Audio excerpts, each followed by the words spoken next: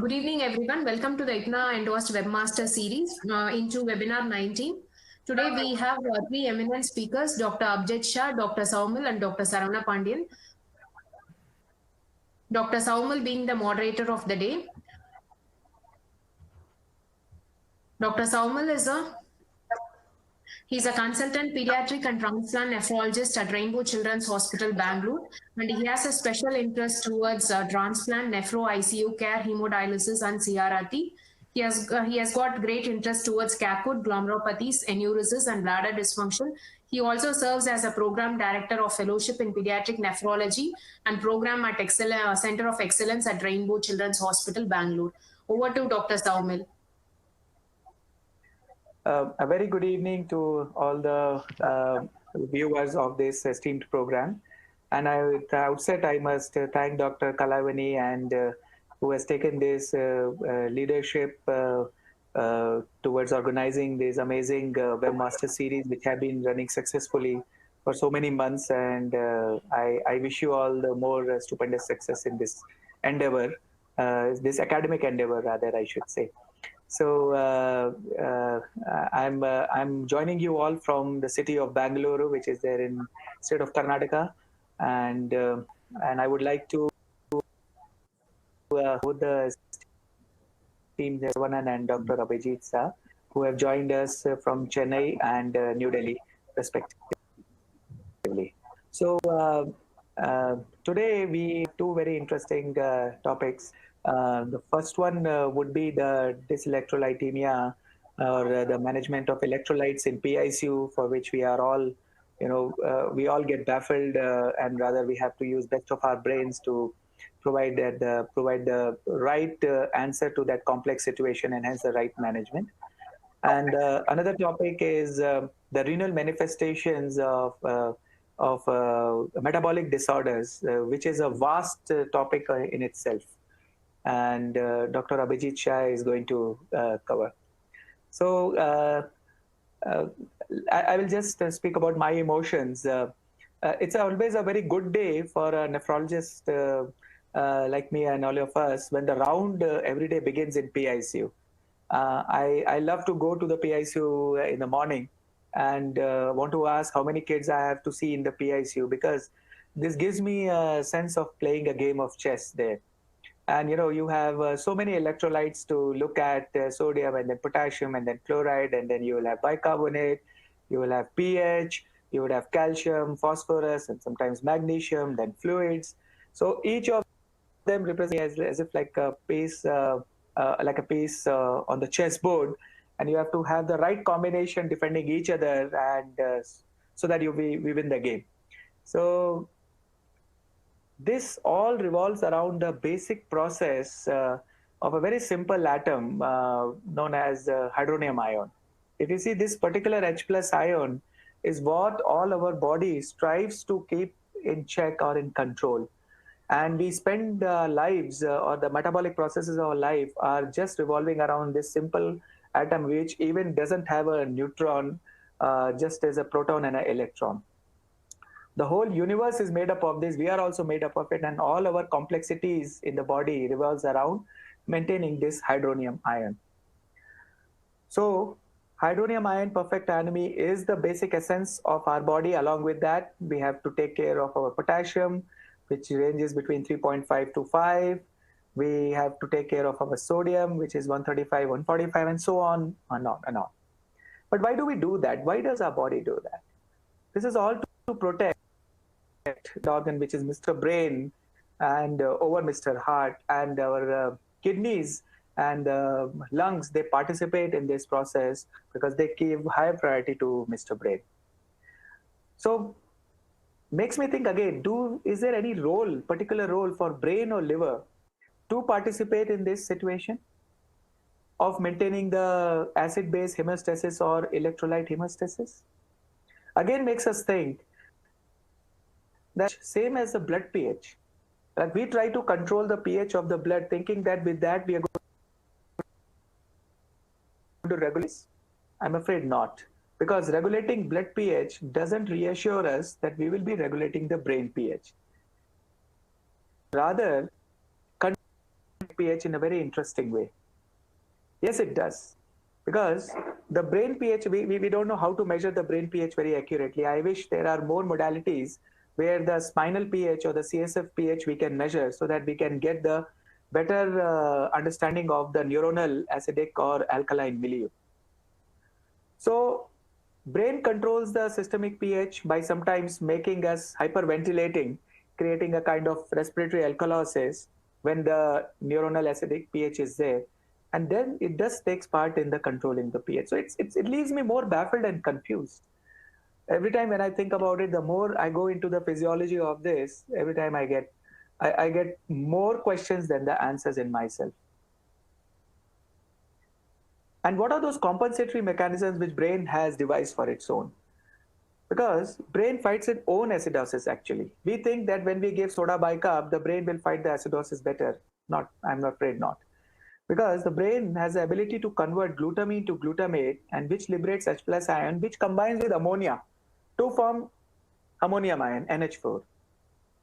This is what something happens even in our kidneys, where ammonium ion is formed in abundance to throw off the, it's kind of buffering mechanism to throw off the hydronium ion. So Mr. Brain fights its battle sometimes on its own and may not require the help of Mr. Lung or Miss Kidney. And then this leads to a conflict in my mind about the interventions and an expected response. And we all have dealt with these situations where we say, okay, the child has come with severe metabolic acidosis. By the time we start CRRT, or we don't have facility for CRRT, let's infuse soda bicarb. So does infusion of soda bicarbonate hence correct this, to correct the systemic pH, what does it do to the brain? It will lead to paradoxical neuronal acidemia. Why? Because the soda bicarb will liberate the carbon dioxide, which will have a diffusion capacity into the neurons in the brain. It will again combine with the CO2 with H2O, and then hydronium ion is released. This will lead to incremental systemic neuronal acidemia, and this will lead to incremental systemic alkalosis because the brain will start hyperventilating. And again, we have to be very careful in this scenario, whether doing this particular strategy like permissive hypercapnia, where we keep the CO2 levels in the brain high, especially in the situation of raised ICP or hyponatremia, are we worsening the situation? So an intensivist has to be very careful when they plan for hypercapnia that they have ruled out raised ICP or hyponatremia. So these are the complexities. I'm just giving a small trailer or an insight how much an intensivist or a nephrologist or a nephro-intensivist has to deal. It's just a trailer. And I'm sure as the session is going to proceed, we're going to find some of these answers in this. Again, I'll just bring a small point about the liver and kidney partnership. Usually we talk about lung and kidney partnership for maintaining the electrolytes and ABGs. But what about liver and kidney partnership? But yes, they do have partnership among them. And other that partnership may not be very healthy also. Because during acidosis, when there is increased catabolism, there is increased glutamine release, and the urea, the formation of urea will be less and glutamine will be more, which will further lead to increased ammonia formation in the PCT, because glutamine is taken by the PCT in the proximal convoluted tubules of the kidney, and that will worsen the acidosis. So rather, in a way, kidneys can potentiate or augment the hepatic encephalopathy. And one of my electrolytes, which is favorite, is chloride. Will not take much time. Just one last slide for this particular introduction is chloride. And there was a very good article, and which was named very aptly, that I don't get no respect.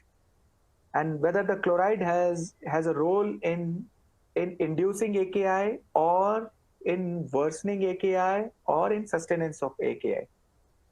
And this is the one piece on the chessboard of electrolyte which is sacrificed most. We hardly talk about the importance of chloride on day-to-day rounds sometimes.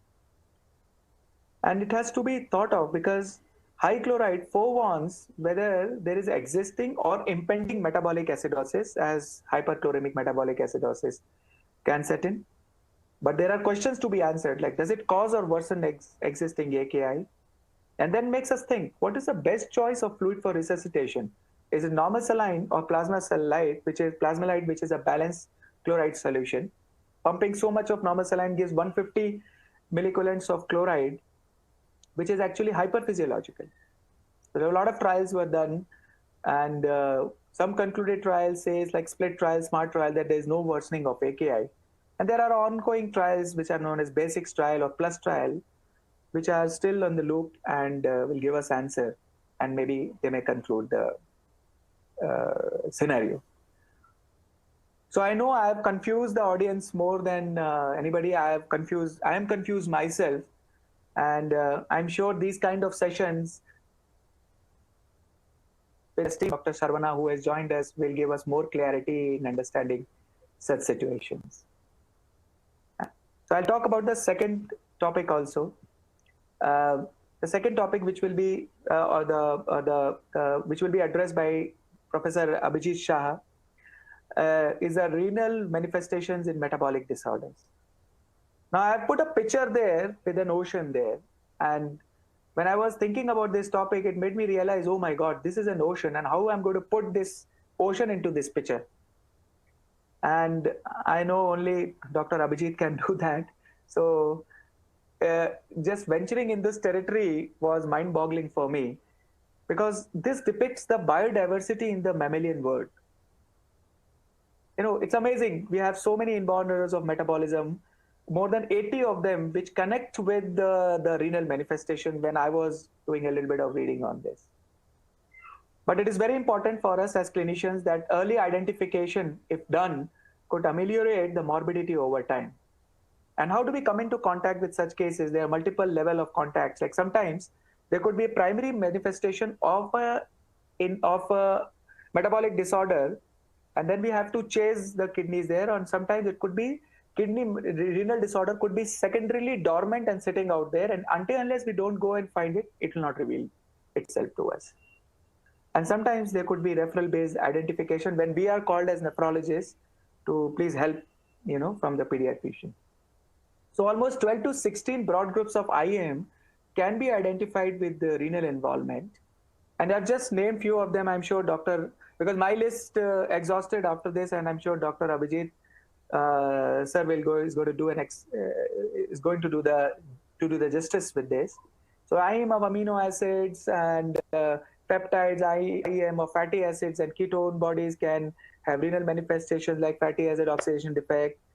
IAM of carbohydrates and glycogen with SDs, mitochondrial cytopathies, purine and nucleotides, lysozyme disorders, Fabry's, and you know, my bulb stopped working after that.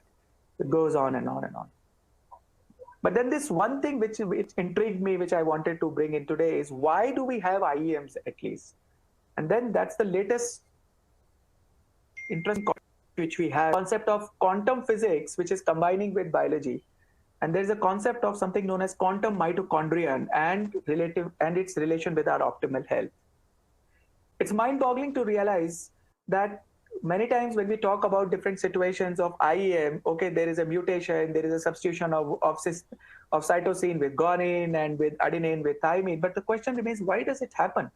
And then we leave it to the nature, we leave it to spirituality, we leave it to Almighty. But could there be some physics involved into it? So the closest which can come to this to provide answers would be, I think, quantum physics. And we have a very good new stream coming up, which is a combination of physics and biology. We call it as quantum biology, which can reveal the missing secrets of this why. And there's one theory known as quantum superimposition, which in a better way. I'm not going to take you into that travel of physics, which is my love for the last 1 year or so when I'm reading a lot about this. But I'll keep it to the human science and biology with Dr. Abhijeet Saha, who is going to do the relevant justice with this. So with this, I would invite our first esteemed speaker, Dr. Saravana, and we are all waiting to hear from you. Please, Dr. Saravana.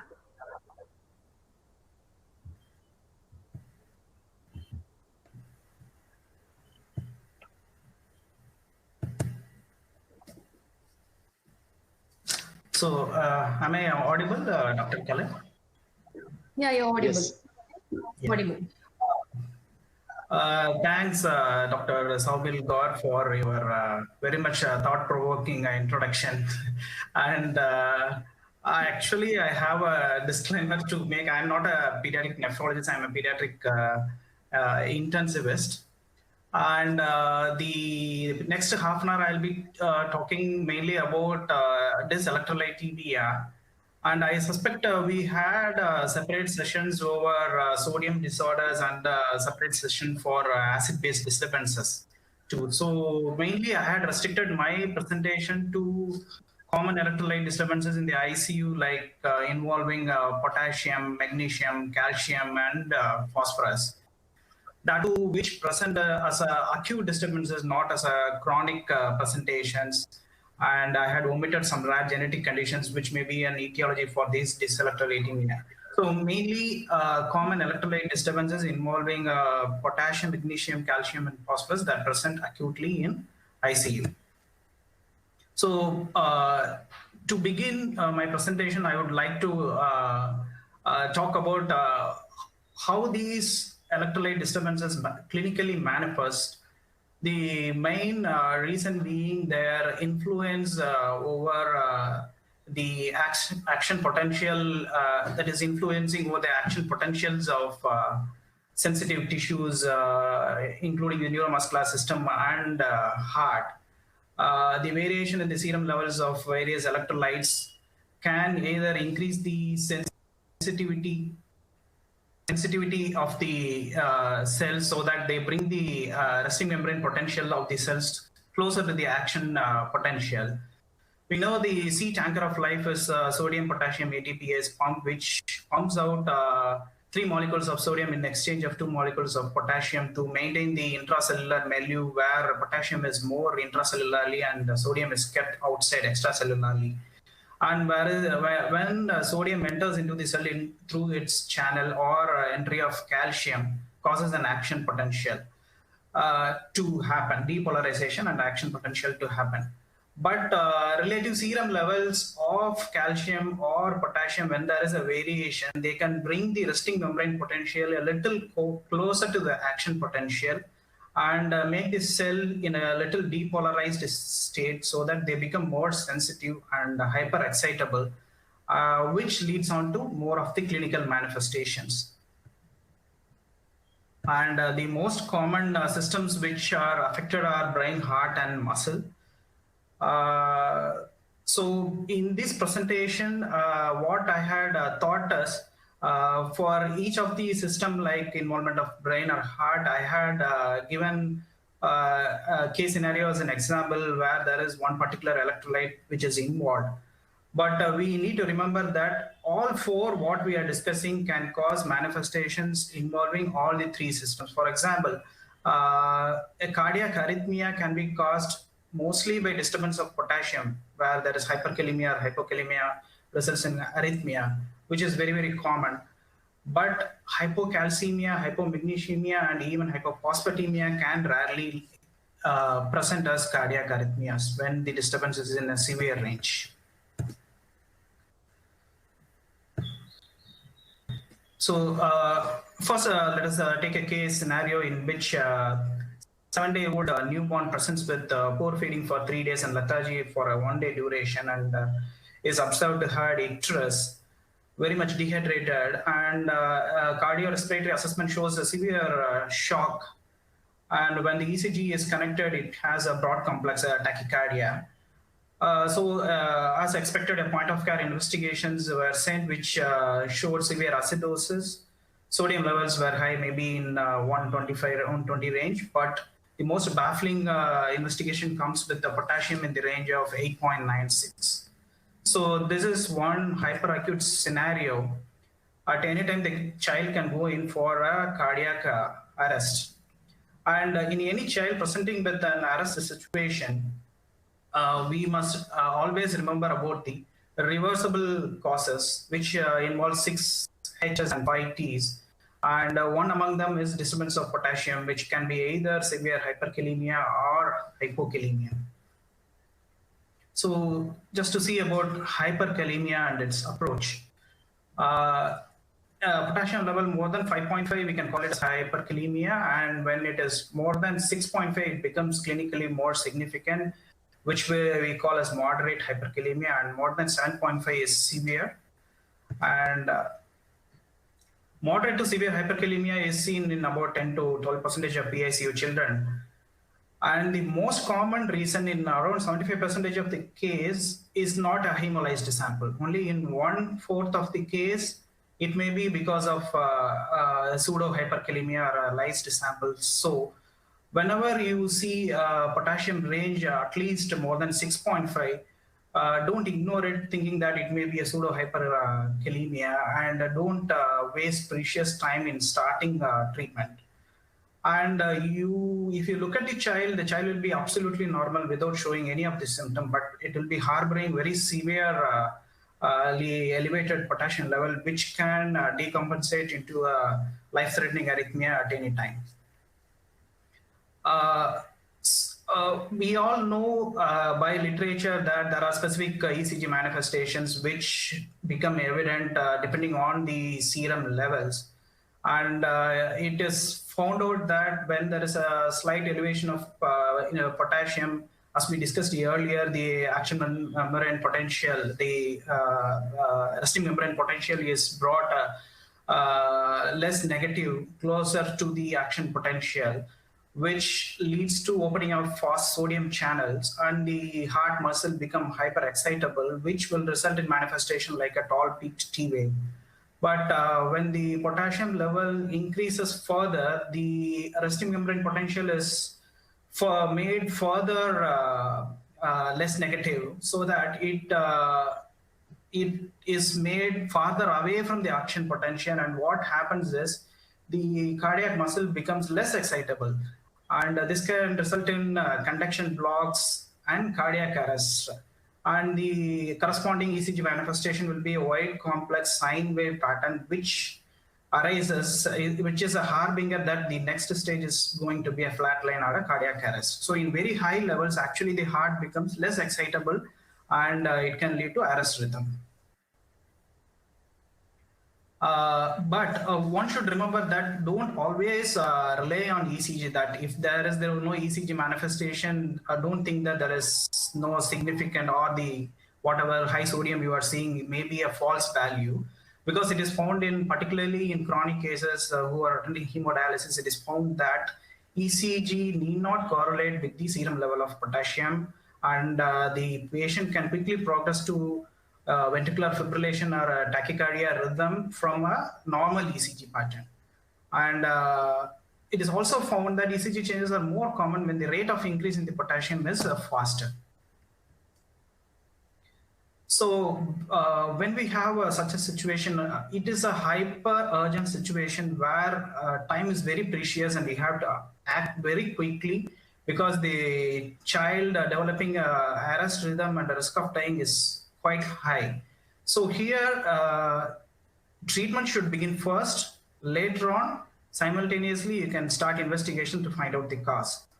And the treatment strategies can broadly, as everybody knows, it can be divided into 3 things. First is to stabilize the membrane. That will be taken care by calcium, which doesn't have any role in bringing down the potassium.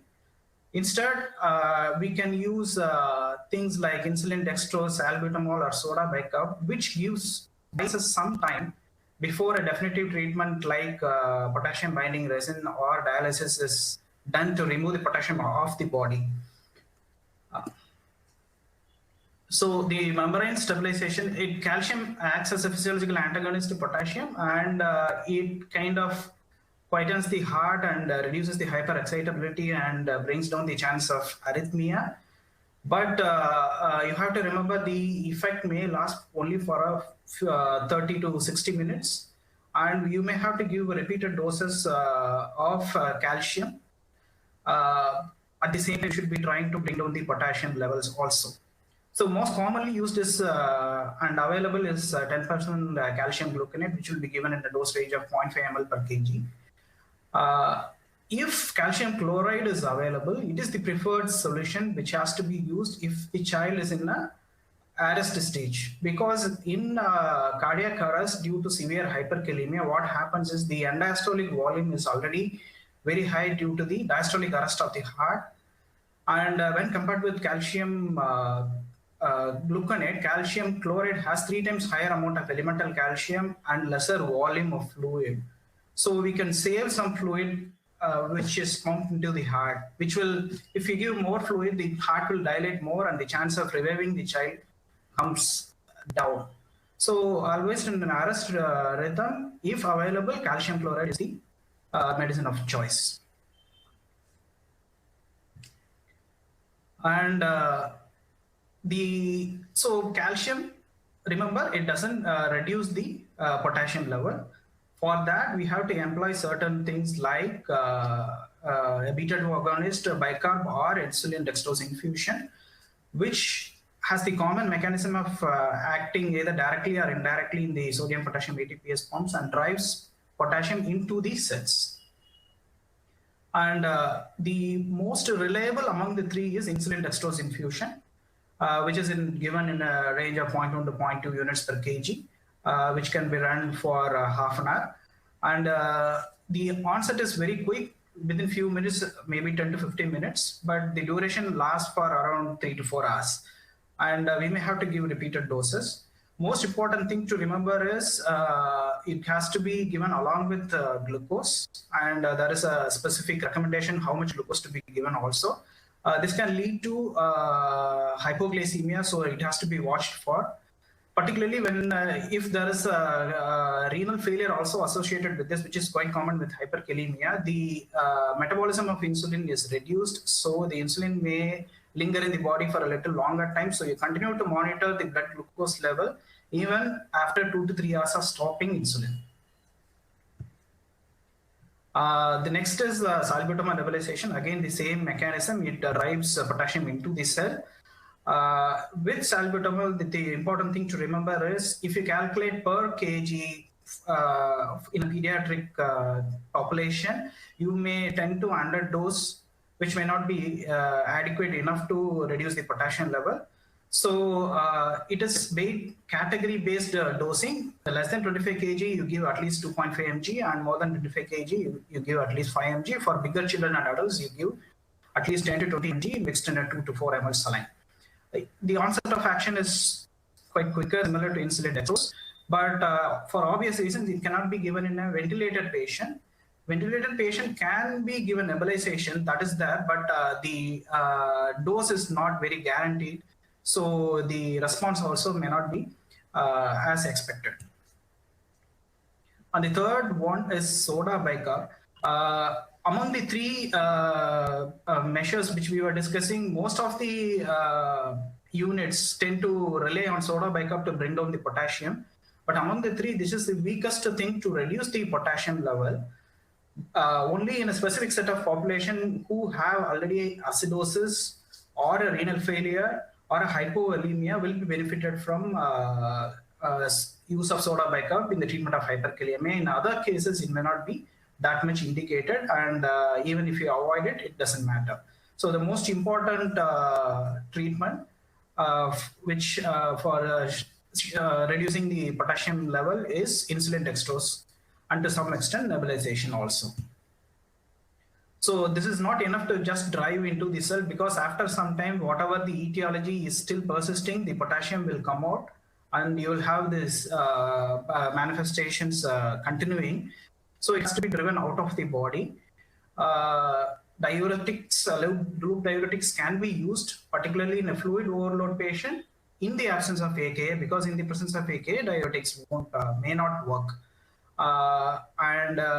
If the patient is already fluid overloaded but doesn't have a frank oliguric AKA, then you can try diuresis. But beware that it can be associated with other issues like alkalosis, interfering with their hemodynamics, and cause wasting of magnesium and phosphorus through the kidneys, all those things. So only in specific set of population it is used. Potassium binding resins again can be used if there is no contraindication for its usage, particularly in post-abdominal surgical patients with ileus on opioids, already having smaller large bowel obstruction. It cannot be used. Other mistake we usually tend to do is trying a potassium-based binding resin as an emergency management, because it takes at least 4 to 6 hours to act. It cannot be relied upon to bring down the potassium immediately, and it doesn't have any role in an emergency department. But you can start it, and to once the transcellular shifting happens and to bring down the potassium further, the resins can be used.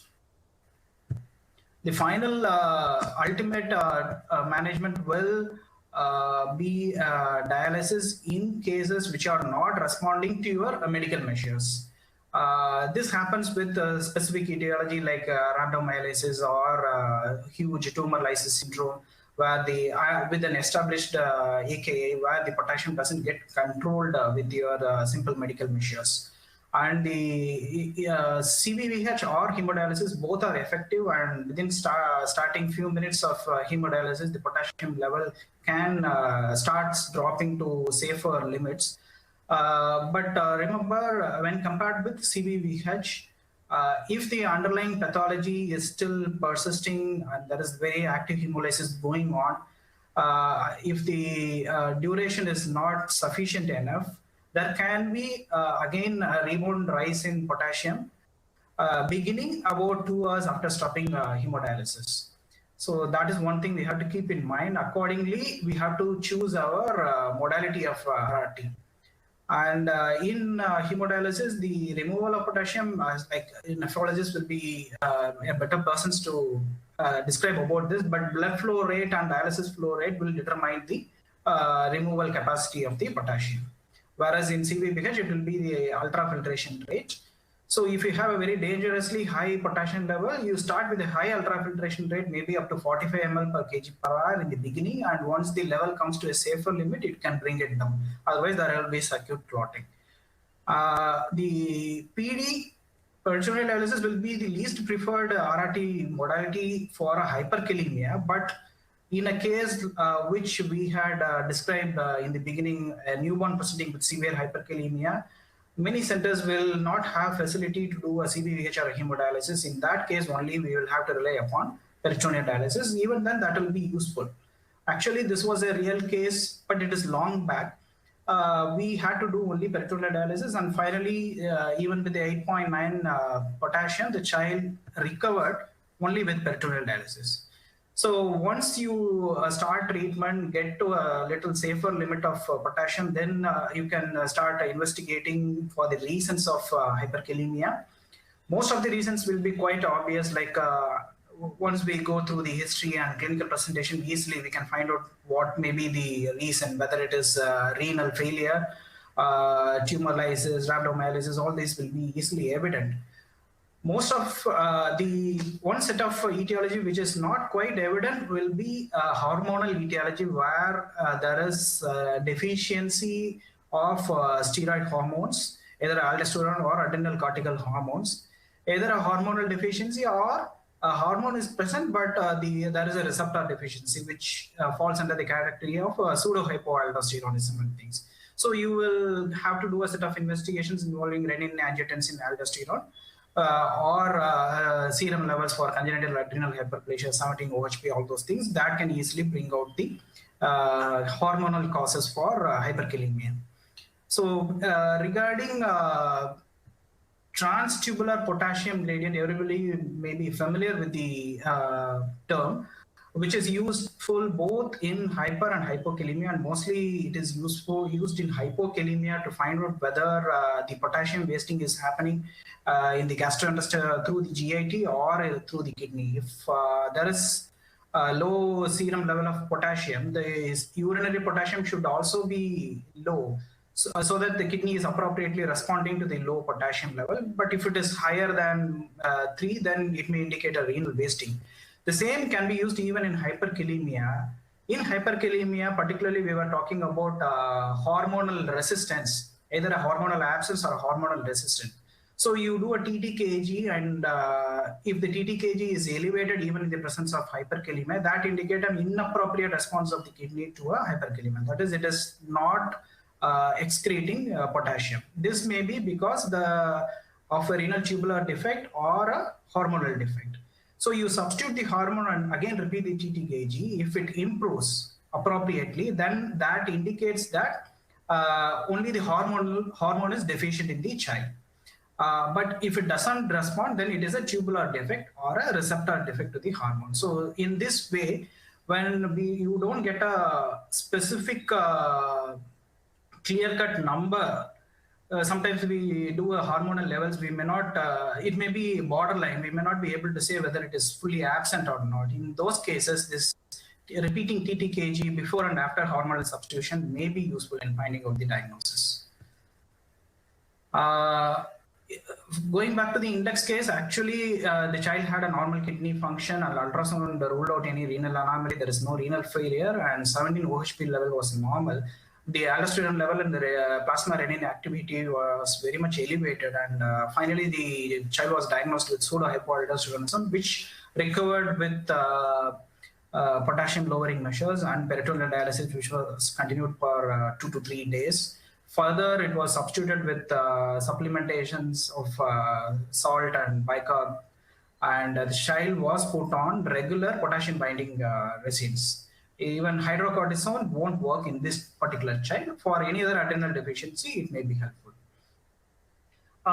One particular etiology of hyperkalemia, which I want to emphasize, which is very unique to ICU, is succinylcholine-induced hyperkalemia, where in certain disorders like neuromuscular diseases, burns and neuromuscular disease, where there is denervation, what will happen is there is upregulation of acetylcholine receptors, and these receptors not only occupy the myoneural junction which they are supposed to be in, they spread on to the entire muscle membrane. So the number of receptors are very much higher.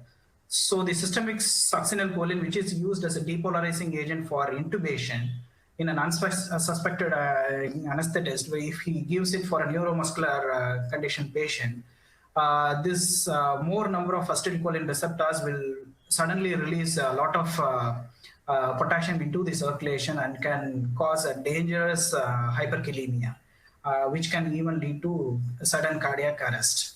So that is one thing which always has to be borne in mind, and most of the ICUs now have not shifted away from scoline as an depolarizing agent for intubation and switched on to more safer agents like vecuronium, rocuronium, etc. So we started with arrhythmia, and hyperkalemia is the most important electrolyte disturbances which can lead on to it. Also hypokalemia. A level less than 3 will have a clinical effect, although less than 3.5 by definition is hypokalemia. And as usual, heart and skeletal muscles are affected. It can cause intestinal ileus and paralysis. So this ileus and paralysis of the GIT can cause severe abdominal distension that can push over the diaphragm, which can interfere with ventilation and which can lead on to venous failure. The same with respiratory muscle weakness also. So in an ICU, hypokalemia which is not attended properly can lead on to ventilator dependency and venous failure. Also, prolonged hypokalemia can be a cause for rhabdomyolysis per se. Sorry. Hypokalemia exerts its pro-arrhythmic effects by increasing the intracellular calcium in the cardiac myocytes by multiple mechanisms, and severe hyperkalemia, the final rhythm will be a bradyarrhythmia and arrest.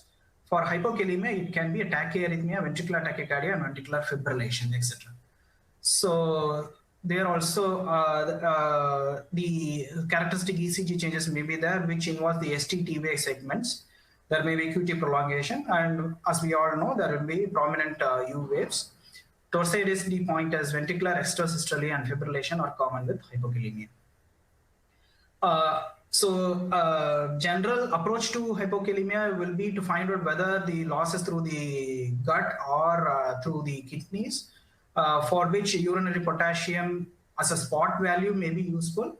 but it depends on the overall urine output. So the potassium to creatinine value is more specific than simply doing a spot urinary potassium.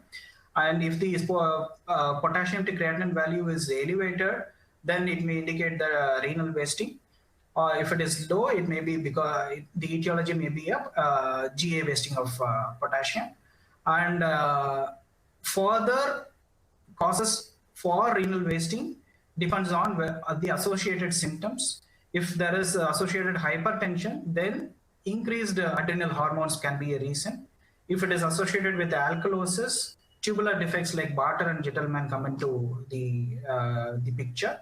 And if it is associated with acidosis, so hypokalemia with acidosis can be because of renal tubular acidosis. And no acid-base disturbances, always keep hypomagnesemia as a cause for hypokalemia, or any other drugs which cause tubular wasting of potassium as a cause for hypokalemia.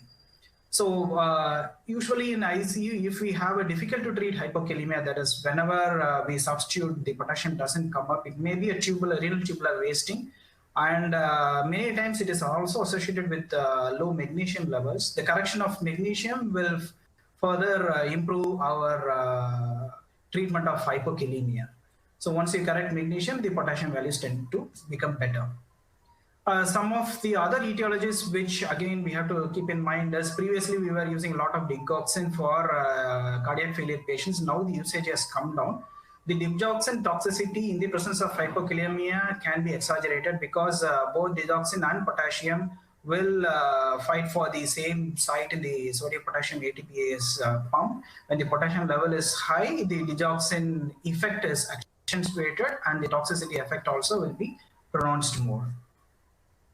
And other situation where you will have to substitute potassium is diabetic ketoacidosis, where the total body potassium is reduced because it is being lost in the urine, or the insulin you start may be causing transcellular shifting and hypokalemia, or there may be a secondary hyperaldosteronism because there is a severe dehydration. So you will have to supplement potassium, but the timing of potassium depends on the initial value. If the initial value itself is low, you can start potassium before you start insulin. If the initial value is normal, you can wait until the insulin is started, then you start with potassium. If the initial value is high, even then you will have to substitute potassium, but you defer it until the child is confirmed to pass urine and there is no associated renal failure, in which case then you will have to defer substituting potassium. And finally, the treatment is with your potassium chloride. The important things to remember in ICU is it should not be kept with any other medications along in the patient's bedside, because everybody may not be very vigilant enough. Sometimes we have accidents where potassium is pushed into the patient without slow infusion, and also the writing prescription for potassium should be very detailed. How much ml over how many hours, what is the dilution, all those things. You should be very careful. The other thing is the dilution should be good enough so that it doesn't cause extravasation. If there is an extravasation of potassium, it can cause severe cellulitis, compartment syndrome, which can lead on to litigations, etc. So always keep in mind the maximum concentration of IB solution that can be given through peripheral veins should be less than 40 to preferably less than 40, up to 60 you can go per liter. And through central line, you can give up to 150 to 200 milliequivalents per liter. So once you had corrected initially, then you can follow it up with oral potassium. In ICU, wherever there is a renal potassium wasting because of diuresis, use of diuresis, we use a lot of loop diuretics to reduce the edema, to bring the patient out of the ventilator, etc. As a side effect, we will have hypokalemia. We usually add potassium-sparing diuretic like aldosterone to reduce the incidence of hypokalemia in this situation. And so we were talking about arrhythmia. It is not restricted to potassium. A low calcium and low magnesium also, as I told you earlier, can cause arrhythmia. So moving on to cardiac dysfunction, a case presenting with cardiac dysfunction or hypotension. As a presentation of dyselectrolytemia, here we have a case of post-liver transplant child who has received a massive transfusion intraoperatively, even up to 1.5 times its blood volume, which is quite common with complex surgery like cardiac surgery or post-liver transplant. And you had received in the ICU, but 2-3 hours later, you find that this child's inotropic requirement is going up. So the only abnormality you can see is a slightly reduced ionized calcium. So such situations can happen in an ICU. And the reason behind a non-response of the cardiac function to inotropes can be lingering borderline low hypocalcemia. So we all know about the classical presentation of hypocalcemia with neurological manifestation like seizure, the carpopedal spasm, drowsy sign, all those things. But I just wanted to highlight the lesser known features, but still important in an ICU point of view, is that calcium as such is a very good inotrope. And most of the external inotropes we give, like digitalis, maybe digitalis, dobitamin, milrinone, everything will act by rising the intracellular calcium, which increases the coupling of myofilaments and better contraction of the cardiac myocytes. And there is a special set of drug called as levosimendan, which actually is a calcium sensitizer. So it sensitizes the cardiac muscles to the intracellular calcium, thereby improving the inotropy. So calcium per se is the very important electrolyte which is connected to the cardiac contraction. But at the same time, when the serum level of calcium is normal, by giving only an calcium infusion, you cannot improve the cardiac contraction. So that is not recommended at all. If you have an underlying condition which can predispose to hypotension, like post-cardiac surgery, there will be low cardiac output state. In that, if you allow hypocalcemia to develop, that can precipitate a hypotension or a cardiac dysfunction. So in those cases, substituting calcium is very, very important. Also, it is emphasized when you receive a child with shock, you should look for readily reversible causes like hypoglycemia and hypocalcemia, which can be contributing to your shock, whatever may be the reason. It may be a septic shock. So untreated hypocalcemia will be additionally adding to your cardiac dysfunction and hypotension. So the other, whatever case we had discussed is a case of a massive transfusion. The reason for hypocalcemia in this child is buildup of citrate. In a normal child where the liver is functioning normal and the blood flow to the liver is normal, it can easily convert citrate to bicarbonate and excrete it, metabolize it. So there is no building up of citrate or there is no hypocalcemia. But in a sick child where the blood flow to the liver per se is affected, there can be a buildup of citrate in the body, and that leads to citrate lock, which can in turn lead to hypocalcemia. And that may be the reason for your worsening of the cardiac status. So the same situation can happen with the trauma resuscitation with extracorporeal treatments like plasmapheresis, and even in CRRT, if we employ a regional citrate anticoagulation, we should be meticulous in monitoring for a citrate lock. So this can result in hypocalcemia, cardiac dysfunction, as we were discussing earlier. Also, it can further worsen your hemorrhagic shock, because calcium is an important cofactor for many of the steps in coagulation. If an untreated hypocalcemia may worsen hemorrhage further, and that will perpetuate the shock, and that can become a vicious cycle. Lab evaluation, you can do the parathyroid levels and vitamin D levels, and check for renal failure, and easily we can find out what may be the reason. But there are plenty of genetic causes behind low parathyroid levels and those things. I am not going into the details of those. But hypoparathyroidism, low vitamin D, and kidney diseases are some of the important reasons behind hypocalcemia. The treatment is with calcium chloride, and the indication for treatment will be symptomatic hypocalcemia presenting with neurological symptoms or ECG abnormality like prolonged QT interval. In an asymptomatic, if there is an acute drop to less than 7.5, then you will have to treat, or an ionized calcium less than 3.5, you will have to treat the with calcium, and the dose will be around 0.5 ml per kg, which can be continued as a continuous infusion also if it is not getting corrected. So moving from cardiac manifestation to neurological manifestation, here we have a case, a 6-year-old child who has received bone marrow transplantation. About 1 month after the transplantation, the child presents with altered sensorium and seizure. There is also associated hypertension in the child. The child is intubated, the seizures are controlled with levetiracetam, and the initial investigations reveal other things are normal except magnesium is a little lower in the range of 1.2. And MRI is done for the evaluation, which shows T2 weighted hyperintensities in the parieto-occipital region. So here, so for a seizure, as we were discussing earlier, it can be any reason, including hypokalemia, but just I want to discuss about hypomagnesemia.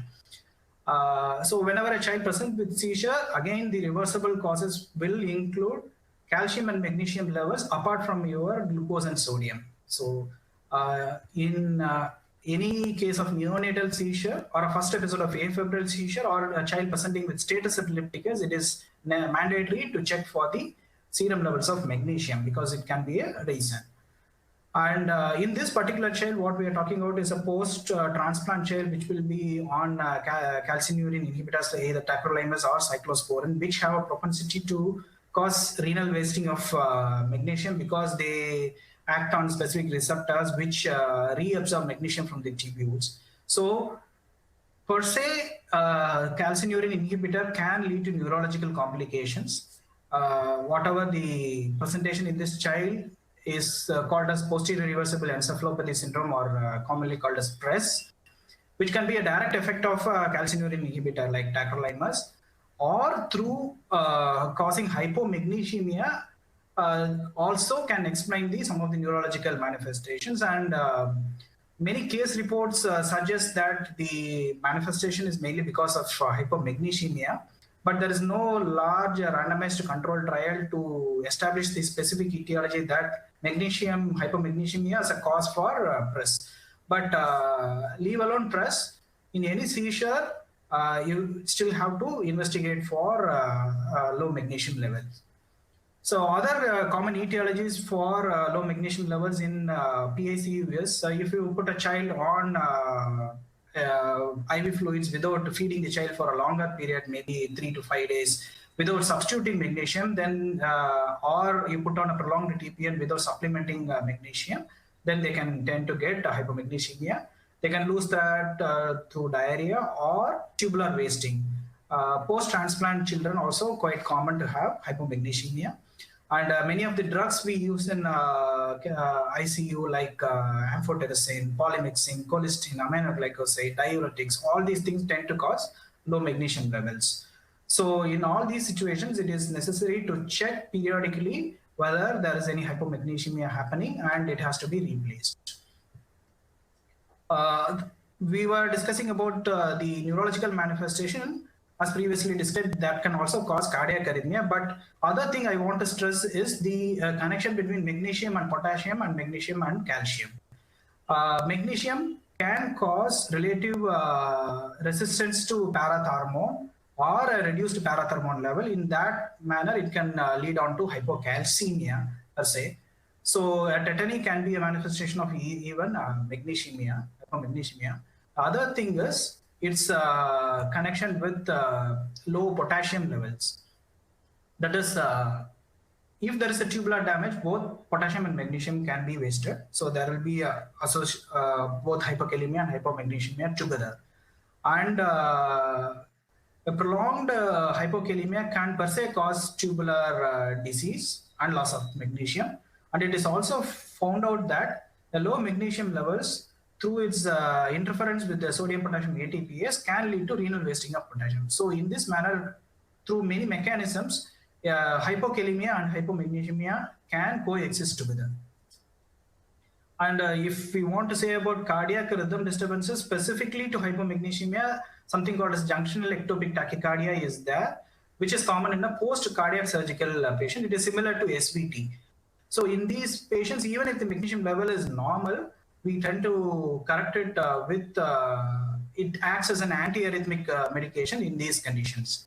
The other thing is torsionis pointers, which can be a manifestation of either a drug interaction or a genetic conditions which cause long QT syndrome. So in both conditions, the hypokalemia, magnesium substitution acts as an antiarrhythmic. Otherwise, the treatment of magnesium depends on the level. Only if it falls less than 1.2, we tend to correct, although the normal level is more than 1.5. And the correction, one thing to be remembered is, if we give a fast IV bolus for half an hour or 1 hour, the magnesium level tends to rise quicker. And before it equilibrates with the intracellular system, it can get wasted through the tubules. So it is always advised to give magnesium as a slow infusion over at least 8 to 24 hours. And after giving for maybe 2 to 3 days, if you still want to replenish the magnesium stores in the body, it has to be followed up with oral magnesium supplementation. And for oral magnesium, many formulations are available. Most commonly, we use magnesium oxide, which has 60 milligram for every 100 milligram of the tablet. It comes as Magnesium tablets. So that is about a short discussion on magnesium. And finally, coming on to electrolyte disturbances which present with muscle weakness or a weaning failure. So again, we have a post liver transplant child who started on total parenteral nutrition with a very good amount of calories because the child was severely malnourished. So a muscle weakness is expected in a severely malnourished child. So we need to get the child out of the ventilator as soon as possible. So we try to build up the nutrition, so give good amount of calorie. But unfortunately, what happens after 7 to 8 days is the child develops increased edema. The oxygen requirement of the child goes up, and there are some abnormal cardiac rhythm happening. So when we routinely check for investigations, what we find is there is a significant drop in all electrolytes, including potassium, magnesium, and phosphorus. So what is happening to the child is something called as a refeeding syndrome. So we tend to give good amount of carbohydrate and calorie to the child who is extremely malnourished until now. So the child has received a new liver which is functioning well. So what happens is the metabolism of the child shifts from protein and fat to suddenly to carbohydrate. And so there is a lot of insulin released into the circulation, which in turn causes transcellular shifting of electrolytes, everything including potassium, magnesium, and phosphorus. Also, it can cause edema, pulmonary edema and peripheral edema, leading on to increased ventilatory requirement. So this is called as refeeding syndrome, and the prominent electrolyte disturbance in the refeeding syndrome is hypophosphatemia. Hypophosphatemia can manifest with respiratory insufficiency, respiratory muscle weakness, and whatever all neuromuscular and cardiac manifestation can be a part of hypophosphatemia. And it can also be associated with leukocyte dysfunction, anemia, and thrombocytopenia. It is quite a dramatic disorder, which we have to have a high index of suspicion and start dealing with it. Otherwise, we will be confused with a lot of other etiology causing ventilator dependency. And it is well known that hypophosphatemia can lead to poor diaphragmatic function and acute respiratory failure. So it has to be corrected. Major causes of hypophosphatemia may be either vitamin D deficiency or a hyperparathyroidism or a genetic tubular disorders like Fanconi syndrome and increased transcellular shift like what we are seeing in this case, which is called as refeeding syndrome or hungry bone syndrome. In all these cases, there can be hypophosphatemia. So if there is any doubt, the reason for phosphorus lowering, then we can do something called as tubular reabsorption of phosphorus, which is something similar to fractional excretion of sodium. Similarly, we calculate the fractional excretion of phosphorus, and 1 minus fractional excretion of phosphorus will give you a tubular reabsorption. And if it is less than 0.86 in the presence of hypophosphatemia, that indicates a renal wasting of phosphorus. The treatment of hypophosphatemia will be with now K-phos is easily, port-phos or K-phos is easily available. Usually, if the serum value is less than 1.5, we tend to treat it with intravenous correction. If it is more than 1.5, we can very well treat it with oral corrections. And apart from IV correction of phosphorus, the refeeding syndrome has to be treated with reducing the caloric intake and slowly increasing the calorie 10 to 20% every day, and treatment of other electrolyte disturbances like potassium and magnesium, substitution with thiamine, IV thiamine, all those things. So coming into the final scenario, in which this is a picture which is opposite to that of refeeding, where there is excessive cellular lysis and lot of the intracellular components come into the circulation.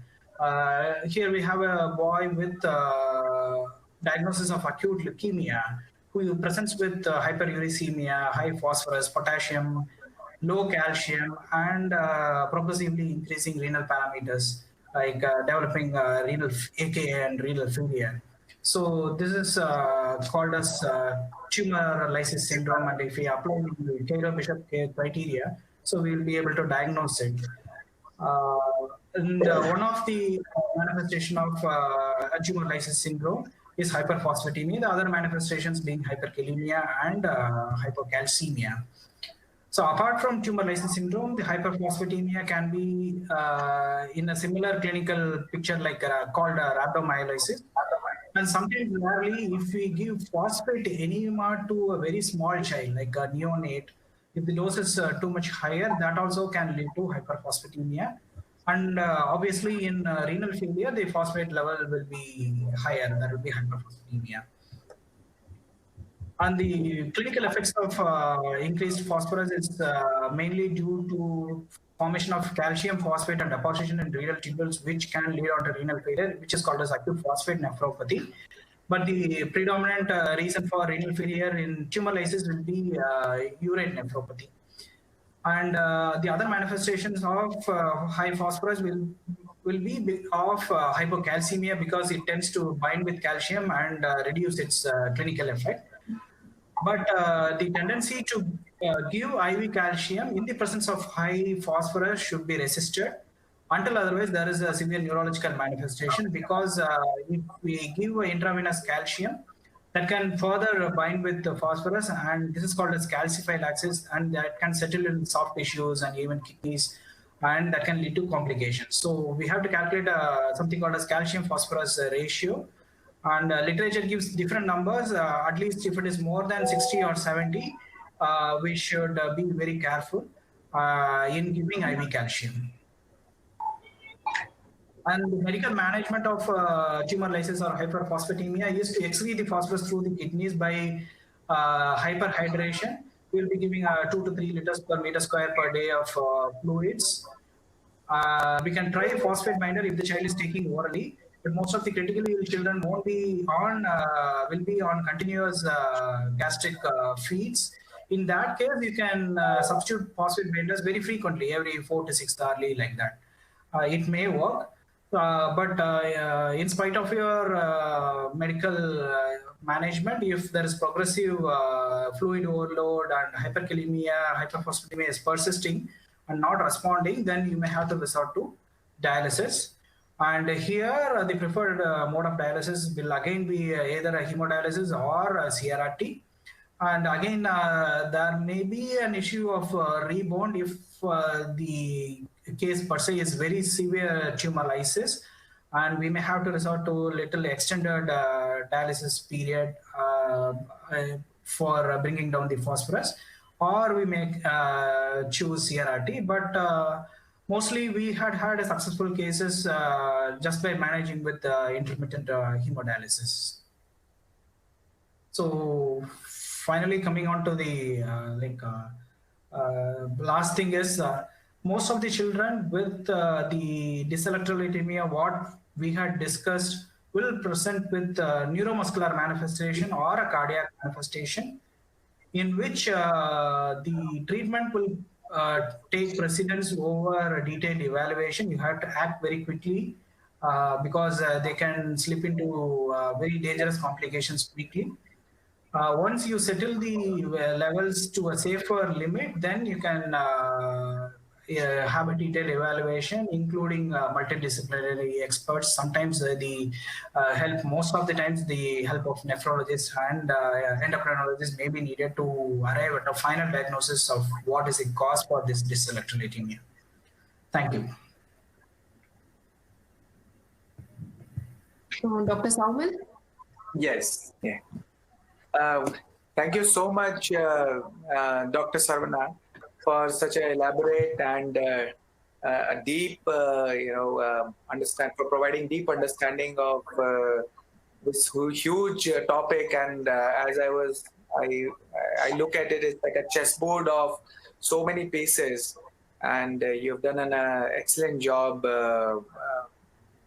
All the way from Chennai, where you are the consultant at Renal Institute, and it has been a pleasure to hear from you, and thank you so much once again for joining with us. Thank you. Thank you. So now we go on to the next speaker, and he is Professor Abhijeet Saha. And Dr. Saha is a fellow of all the esteemed societies of nephrology and pediatric nephrology world over, right from AIMS to Singapore to Germany and even London. He is currently practicing as Professor of Pediatrics and Head of Division of Pediatric Nephrology at Lady Hardinge Medical College and Kalavati Saran Children's Hospital, New Delhi. And he has specific academic interest in endothelial dysfunction and nephrotic syndrome, and very interesting in the upcoming field of proteomics and metabolomics in kidney diseases and also AKI and CKD. He has multiple awards to his credit and multiple publications in various national and international journals. And he is also an editor-in-chief of the Indian Society of Pediatric Nephrology Bulletin.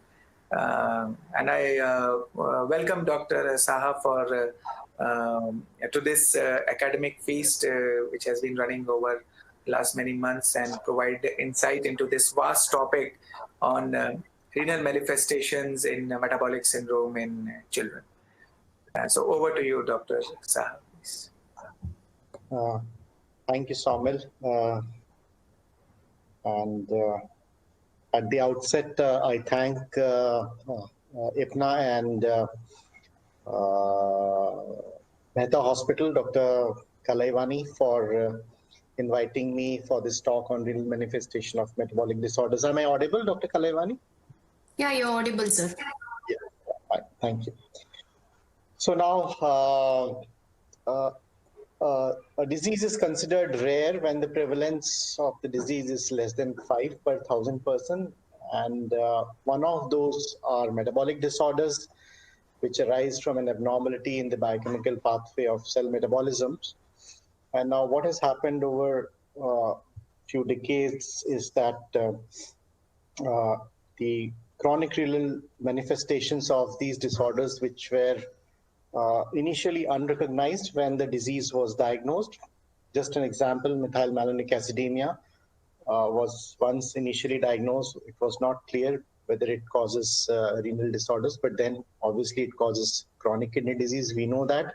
And that has occurred because of the improved survival. So that is one point. Another thing is now extrarenal manifestations of many of the metabolic disorders that manifest primarily as isolated renal or urological symptoms, for example, nephropathic cystinosis, are also more evident because of more survival. And that is why we get more chance to encounter, even though so-called rare disorders, more frequently. And what happens here is that there is an accumulation of intermediate metabolites or disturbed energy production, leading to multi-organ impairment, and thereby kidney is also trapped. And it also leads to histopathological changes in the tubules, in podocytes, the interstitial macrophages, the glomerular endothelium, including accumulation of storage materials and cytoplasmic vacuoles, leading to histopathological changes as well. So together with all these, it results in clinical syndromes. And the problem here is it's an extremely heterogeneous group of disorders with hundreds of disorders, and at times it is difficult to recognize what it is, what we are dealing with. So now it is important to formulate an approach to renal manifestations of metabolic disorders. And I think there are three pillars to formulate these disorders. The first one is one must have some kind of idea of how these group of disorders called inborn errors of metabolism present. The second is to formulate a syndromic approach. Individually, you will definitely miss some or other disorders. To formulate a syndromic approach towards these disorders, and one must have an approach or an idea which is going to kill the patient. So to identify urgently in a setting which is going to kill the patient and managed promptly either in the ER or in the HDU setting or in the PICU or at times even in the wards, wherever you are, so that you have a better survival for these patients.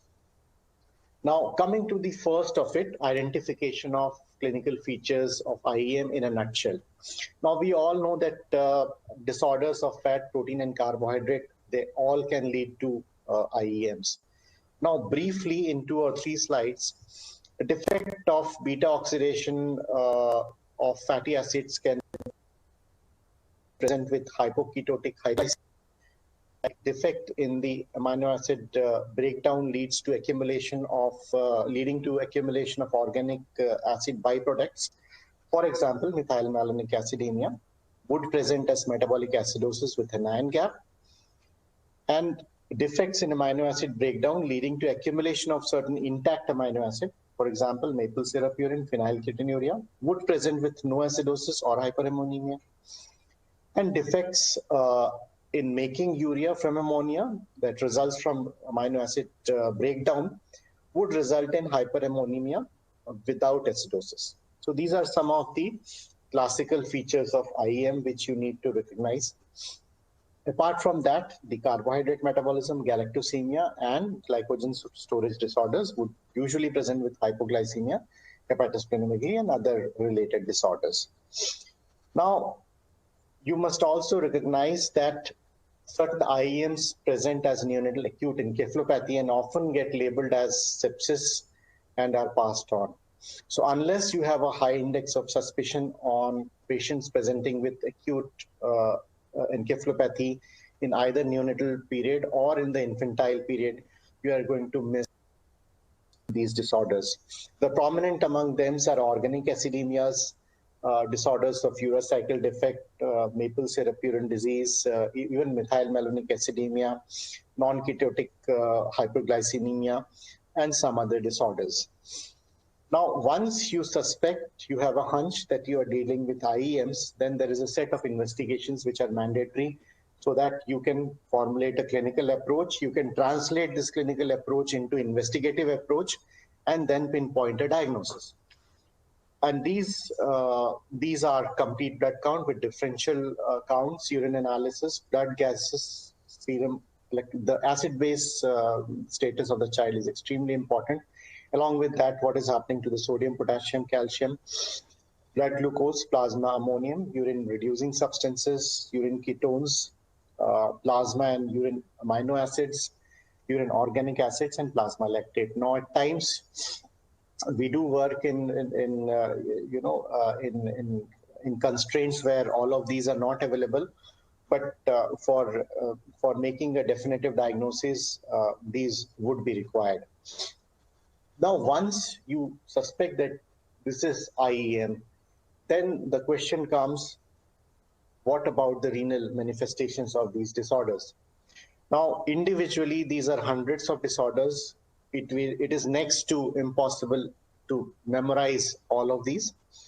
So it is best to formulate a syndromic approach. So if you take in account all of these renal disorders, you can club them into a syndromic approach of tubulopathies, which is the most common, the Fanconi syndrome and the distal RTA. The second group would be nephrocalcinosis and urolithiasis. A good number of IEMs would present with nephrocalcinosis and urolithiasis, plus minus other things. Good number of disorders would have proteinuria and glomerulonephritis. Renal cysts are another group of disorders. And the fifth one is the other heterogeneous group of disorders, which usually would have AKI or would have something related to bladder. So it is best to formulate when you see a child is to in which of these syndrome your patient is falling in, and then backtrack what are the main features associated with these renal syndromes, and then probably you can make a differential diagnosis and start managing that patient. Now, coming on to the first one of those is the tubulopathies, and the commonest is the Fanconi syndrome. Now, proximal tubule, we all know, absorbs around 70 to 80% of the filtered water and sodium. And the engine for the sodium reabsorption is the sodium-potassium ATPase, which formulates the electrochemical gradient for reabsorption of sodium, which again requires a lot of energy expenditure, and that is why these disorders are often associated with disorders of energy failure, for example, mitochondrial disorders. Now, if we look at Fanconi syndrome, it is a pan failure of the proximal tubule, and that is why the clinical manifestations range from glycosuria, generalized aminoaciduria, hypophosphatemia, hyperchloremic metabolic acidosis, hypokalemia, hypouricemia, and even hypocarnitnemia. The clinical features would be rickets, osteomalacia, growth retardation, polyuria leading to dehydration.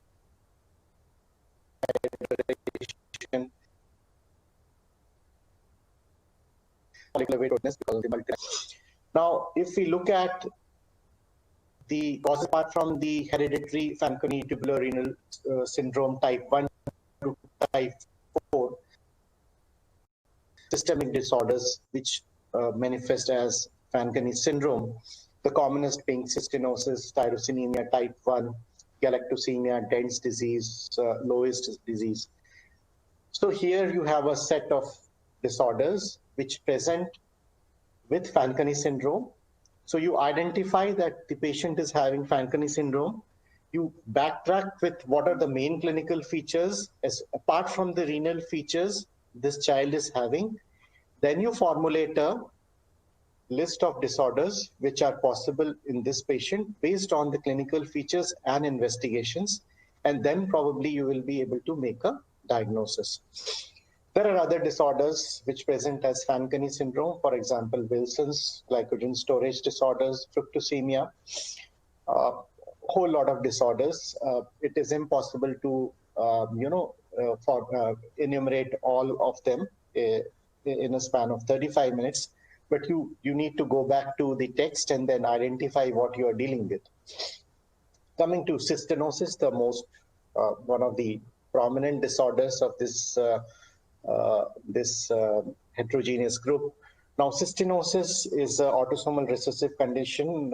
It's an autosomal recessive condition with lysosomal defect in the lysosomal storage, and it occurs because of the CTNS gene, the cystinosis gene, 26 kb length, 12 exons, and it leads to absence of a protein called cystinosin, which is responsible for exit of cystine crystals from the lysosomes.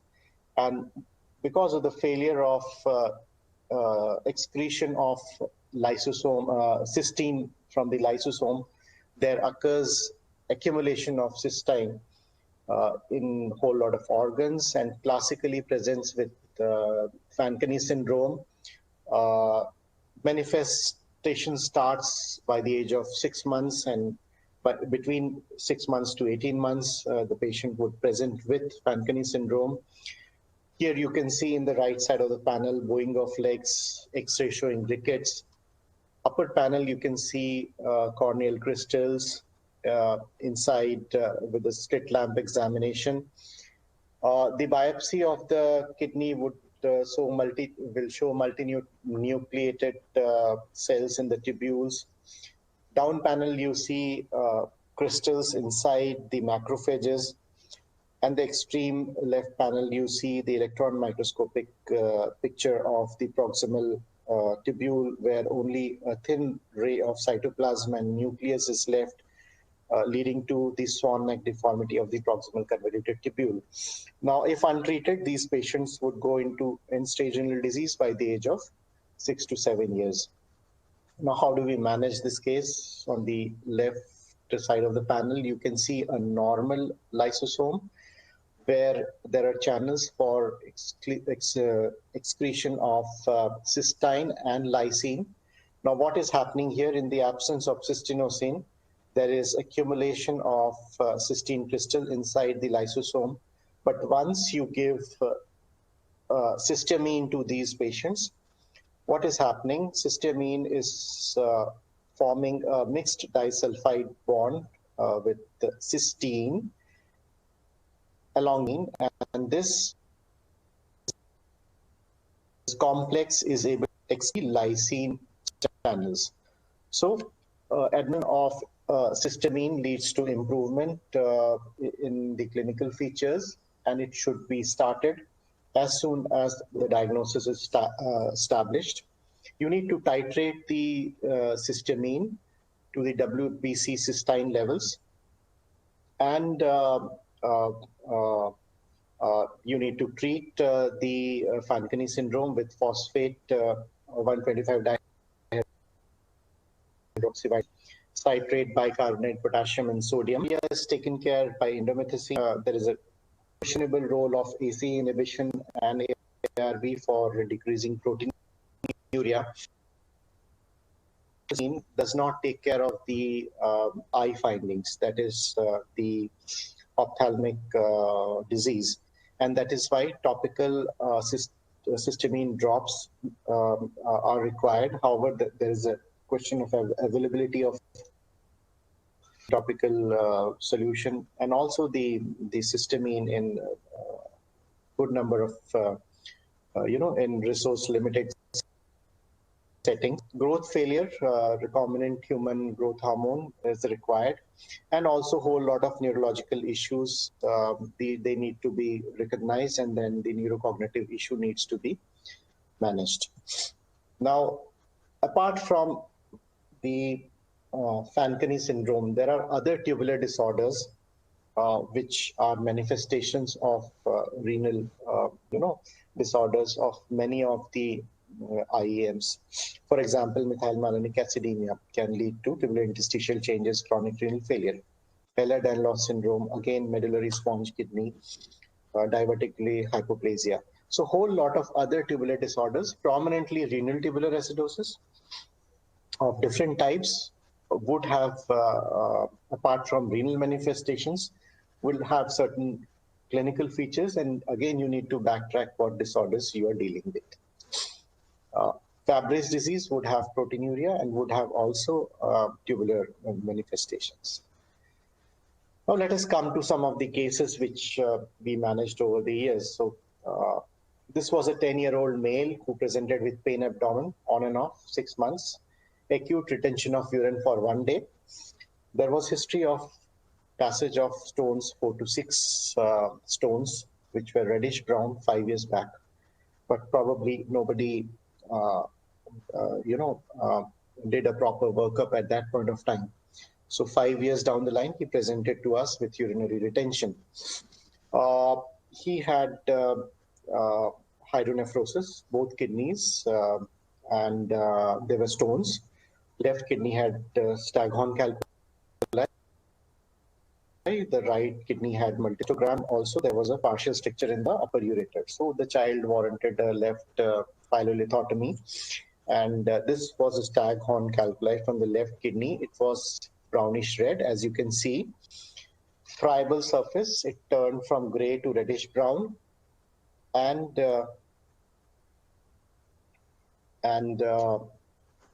this child, obviously, we sent the stone for analysis. And the stone was removed, and the analysis showed 100% 2,8-dihydroxyadenine. So we were dealing with APRT deficiency here. And briefly, I'll let you know what the disease is. So the patient was put on allopurinol at a dose of 10 milligrams per kg per day. We further worked up the child and proved the diagnosis. So we see APRT levels done, so that the levels were undetectable, and the genetic analysis revealed a novel mutation in the APRT gene. It was a deletion, and 2,8-dihydroxyadenine urolithiasis is a disorder of purine metabolism. So normally what happens here is that the adenine is getting converted into adenosine. Because of the APRT deficiency, this adenine, in the presence of xanthine dehydroxygenase, gets converted into 2,8-dihydroxyadenine, which is extremely insoluble. It causes crystalline nephropathy and nephrolithiasis. Importantly, this is treatable, and good number of patients improve with allopurinol or febuxostat, which blocks the xanthine dehydrogenase enzyme. So kidney is the only affected organ. Urolithiasis is the most common manifestation, but it can also present as reddish brown diaper stain in infants. And the microscopy would present as a classical Maltese cross appearance in the urine, and under the polarized light, you can see these this classical crystal in the polarized light, and you can suspect this disorder based on this appearance. Now here in the biopsy, you can see the crystals again under the polarized light. Now, APRT deficiency is also a preventable cause of renal allograft failure. This is a report from France, where 9 patients with allograft dysfunction were because of the graft failure, a biopsy was done, and then later on it was diagnosed to be a APRT deficiency, and in these patients, allopurinol therapy led to improved in the allograft function in at least 7 of these patients. So this is the allograft biopsy, which is showing the crystals in different slides. Now, what happened to our patient? We managed the patient with allopurinol, and the patient is doing well.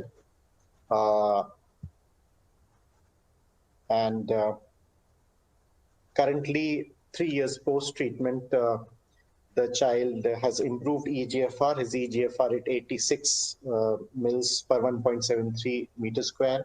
On repeat ultrasound, the right kidney is 7.7, though a little shorter. The left kidney is normal, and the child is doing well.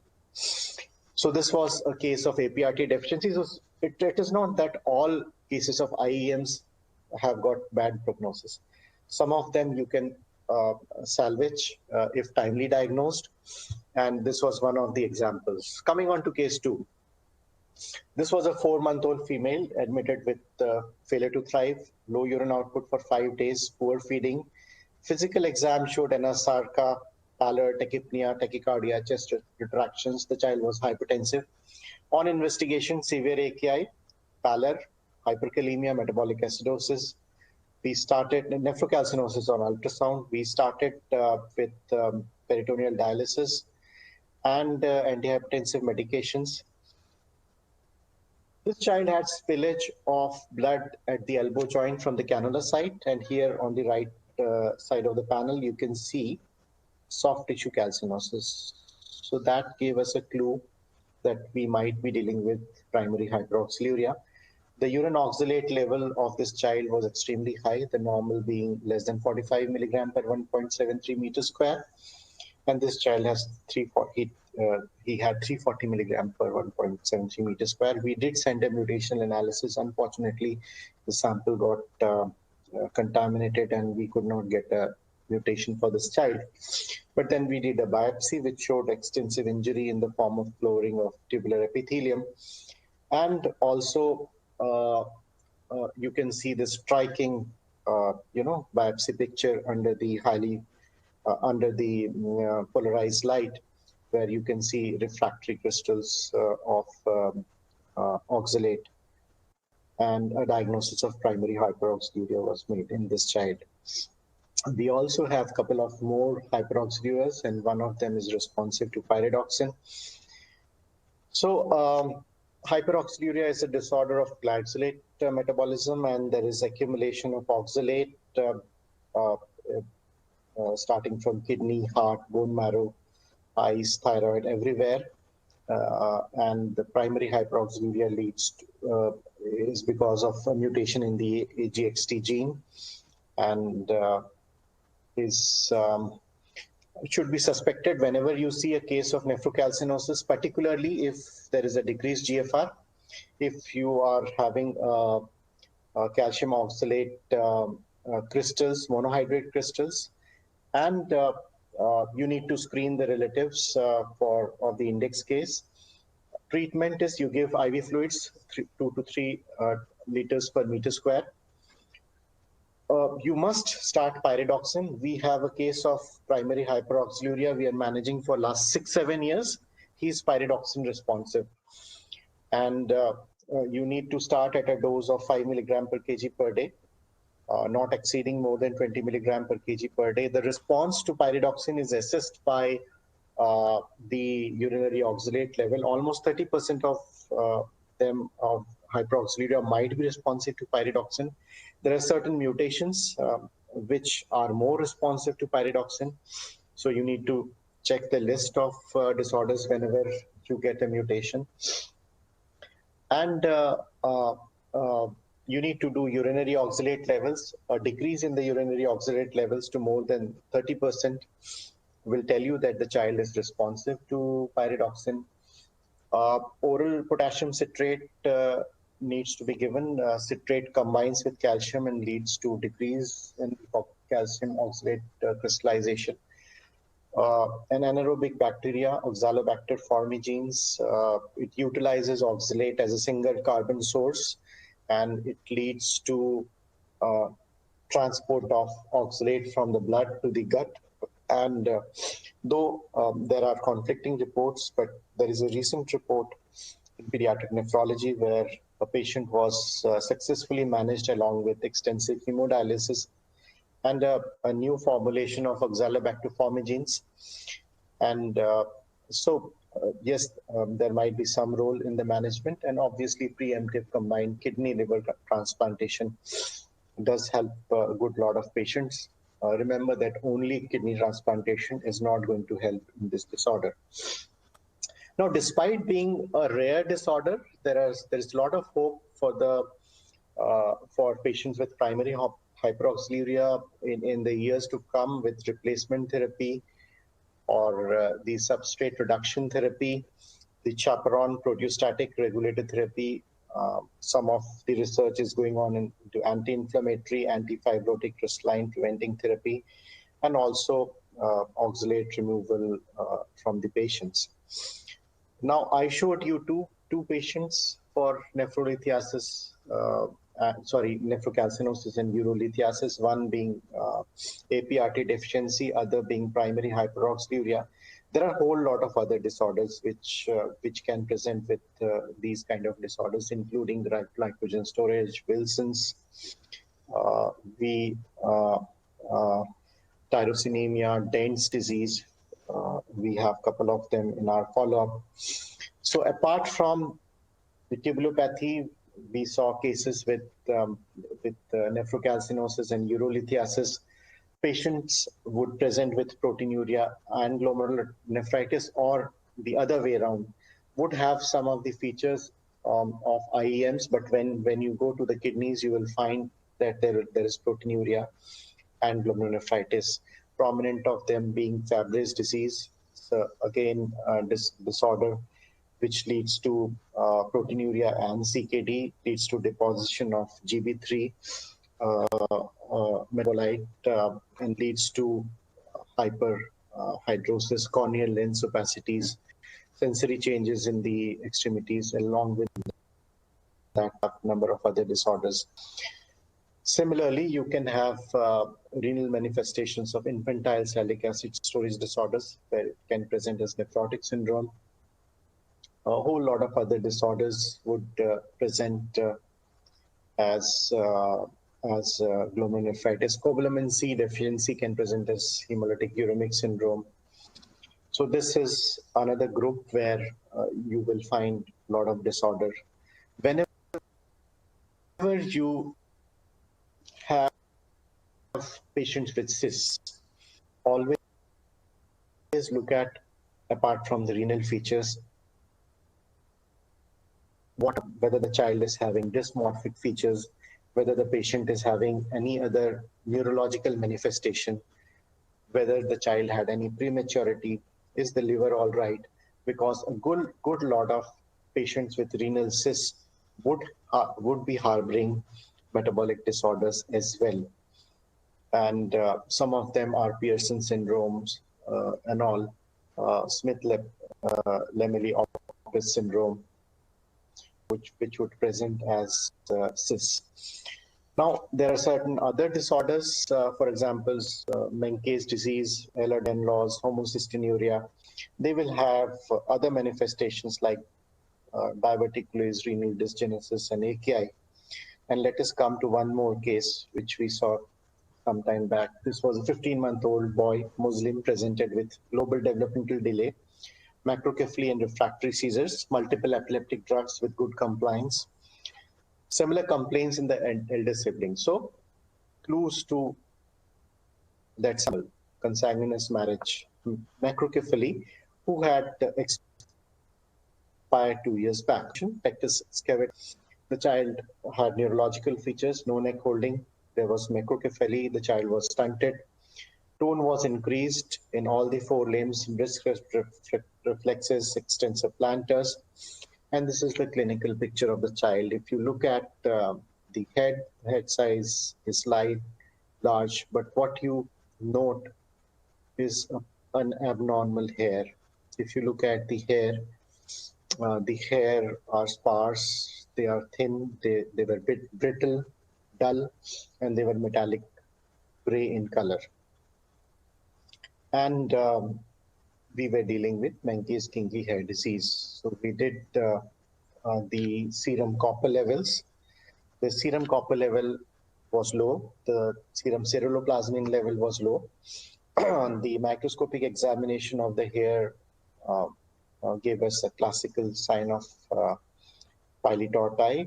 There was the CT scan showed progressive, atrophy, brain atrophy, cerebral as well as cerebellar atrophy. There was a subdural correction. So what happens in Menkes disease is it's a defect in the ATP7A gene, which encodes a transmembrane copper-containing transport protein, P-type ATPase,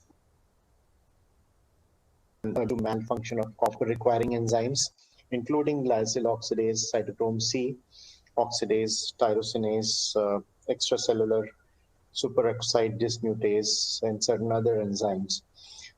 So look at the MCO of this child. Apart from bladder, you can see huge diverticulars. So this child had huge diverticulum. So around 80% of these patients may have bladder diverticular. There can be bladder outflow or bladder obstruction, vesicular reflux. The patients can have recurrent UTI, renal parenchymal damage, CKD. The impaired elasticity of the bladder muscles is caused by the lysyl oxidase dysfunction. There is disturbed innervation of the bladder in association with severe progressive neurodegenerative changes. And usually the bladder diverticular needs to be managed with CIC and rarely by open surgical drainage. But the disorder is usually fatal by the age of 2 to 3 years. Now, apart from these 5 group of disorders, there is another group where you can make suspect instant diagnosis by just either looking at the urine or smelling with the smell of the urine. And these are important ones. For example, like alkaptonuria, where the urine turns black, porphyria, where the urine may turn red or purple, some of the organic acidemias, for example, maple syrup urine disease, or a sweetie feet odor in isovaleric acidemia, a musty or a mousy in phenylketonuria, a rancid smell in tyrosinemia, and a blue diaper in case of indicanuria. So these are some of the reddish brown I already told you in APRT deficiency. So these are some of the disorders where you can just suspect them and make a diagnosis. They might have other associated renal disorder as well. And again, you need to look at the other systemic disorders to make a diagnosis. Now, apart from that, coming on to the third part of the pillar, I told you identification of the IEM, then syndromic approach to the renal disorders, and then having a knowledge as to what is going to kill this child. So one of those killers is hyperammonia, and apart from that, the fluid electrolyte imbalances which occur in association with the Fanconi syndrome. So hyperammonemia is one of the disorders which can kill the patient if not recognized early enough. So you diagnose hyperammonemia if the ammonia levels are more than 100 micromoles per liter in neonates or in older children more than 50 micromole. Now, a level of more than 200 micromole has got a poor neurological outcome. Now, primarily, urea cycle defects and organic acidemias would present as hyperammonemia. Methylmalonic acidemia may also sometimes present as hyperammonemia, and you need to formulate a clinical approach for that also. Now, you need to look at the permutation and combination what your patient have. If your patient is having hyperammonemia, along with that is having acidosis, ketosis, hypoglycemia, and a low bicarbonate, you are probably, I'm telling probably, dealing with organic acidemias or systemic carnitine deficiency, Rees syndrome, toxins, drug effect, or a liver disease. Is having a normal lactate, no metabolic acidosis associated with hyperammonemia, you are most likely dealing with urea cycle disorder or diabetic aminoaciduria or a transient hyperammonemia of newborn. So along with hyperammonemia, you need to look at the acid-base status, ketones, blood glucose, and all. Based on that, you will make a diagnosis. Now, once you recognize, then you need to go back and look at the other systemic features as well. In neonates, they can present as poor feeding, vomiting, lethargy, worsening symptoms of respiratory distress, hyperventilation, and life-threatening symptoms of acute encephalopathy, cerebral edema, seizures, neurological abnormality, peripheral neuropathy. In older children, they would have a psychiatric manifestation or might have a neurological manifestation as well. How do you manage? You start with non-kidney replacement therapy once the levels are more than 150 micromole. Stop protein intake, glucose infusion, lipid, adequate caloric intake, and the nitrogen scavenging agents such as sodium benzoate and sodium phenylacetate, and urea cycle intermediates such as L-arginine and citrulline. Kidney replacement therapy is indicated once the serum levels, either ammonia levels are more than 500 micromole, or you don't get an adequate response to medical management, or you have a deteriorating neurological status, coma or cerebral edema. We know that CVVHD is the choice for dialysis. If you don't have that, do HD. If you don't have that, do PD. But PD is questionable. But if you don't have anything, go back to PD. Now, to summarize my last 2 slides, going back to the first slides, once you suspect IEM, look at the presentation, formulate a renal syndrome. What are these renal syndromes? Tubulopathy, nephrocalcinosis, proteinuria, renal cysts, other clinical manifestations, and then manage. Thank you. Okay, so what?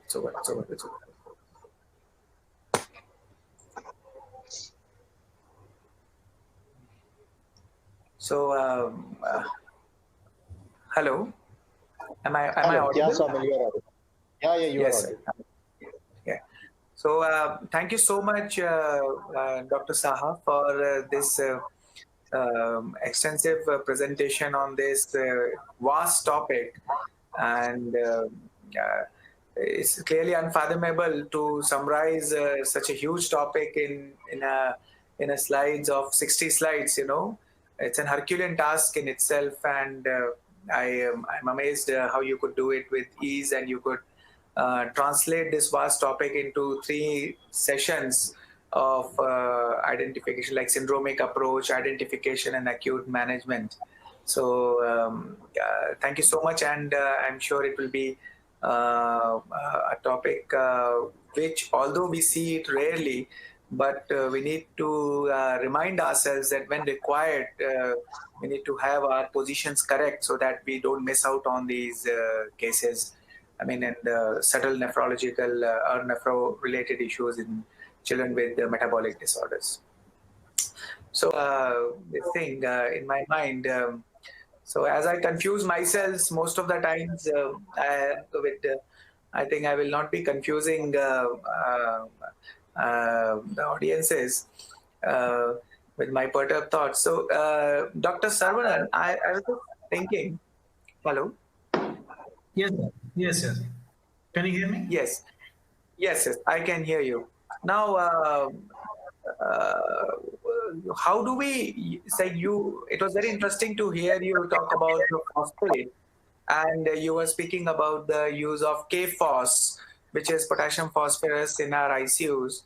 So how do we balance it out if you have a child who has AKI, who has elevated creatinine and urea, plus for some reason has hyperphosphatemia?